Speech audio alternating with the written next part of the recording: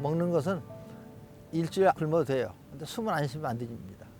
근데 지금 우리나라에도 이 미세먼지라든지 이 공해 문제가 정말 심각한 거예요. 이대로 가게 되면 항상 담배를 피우고 있는 것 같아. 담배보다 더 나쁜 게 미세먼지라고 합니다. 근데 이걸 누가 만들었냐? 사람이 만든 거예요.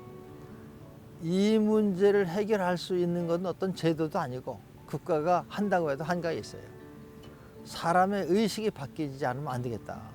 그래서 지구 시민 또 세계 시민 이런 얘기를 합니다. 나는 그것을 같게 생각하는데 정말로 자기의 가치의 뿌리는 이 지구다.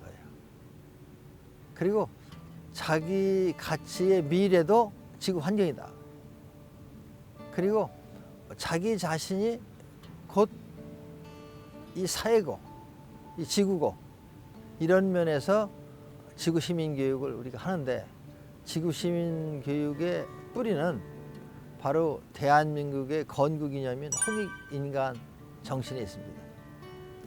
홍익인간의 정신이야말로 대한민국을 바꾸고 세계를 바꿀 수 있는 인성희복의 핵심 사상이다.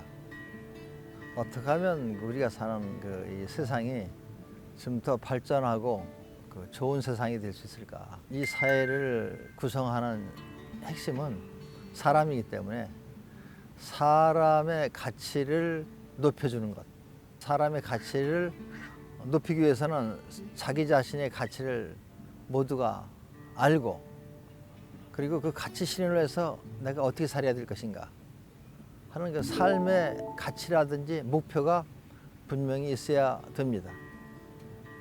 근데 지금 우리 사회 교육은 삶의 가치를 발견한다든지 삶의 가치를 실현하는 그런 쪽의 교육이 아니고 입시 위주의 교육이고 성공하고 남보다 잘 사는 이러한 것을 목적으로 한 사회이기 때문에 우리 사회가 인성이 회복된 사회라고는 볼 수가 없습니다.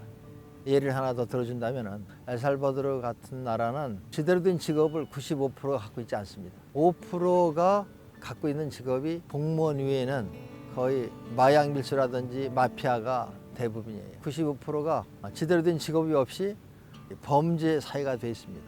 그런 사회가 뇌교육이 들어가면서 학교의 분위기가 완전히 바뀌었고 그 후로 지금 5년 됐는데 완전히 뇌교육을 통해서 학교 분위기가 바뀌었습니다.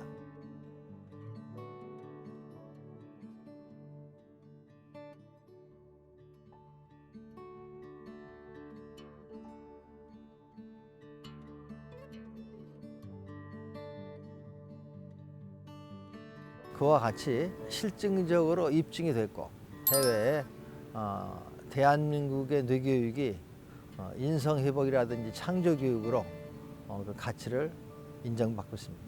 그럼 그 인성회복을 하려면 자기의 가치를 발견하고 가치를 실현하기 위한 그런 삶을 살 때 이 사회가 인성이 회복되는 삶이 될 수가 있고 새로운 미래에 대해서 모든 국민들, 학생들이 희망을 가질 수가 있다. 그럼 말은 쉬운데 어떻게 인성의 회복을 할 수 있을까? 그리고 어떻게 하면 자기 가치를 발견하고 자기 가치를 찾을 수 있을까? 그것은 하나의 도덕교육이라든지 행정적인 어떤 시스템이 바뀌어서 인성회복이 되는 게 아니기 때문에 각자 자기의 인성을 찾기 위해서는 핵심은 뇌를 어떻게 활용하냐에 있습니다. 그래서 이 뇌를 활용하는 기술 이것이 필요하다 이렇게 보고 뇌교육을 만들었습니다.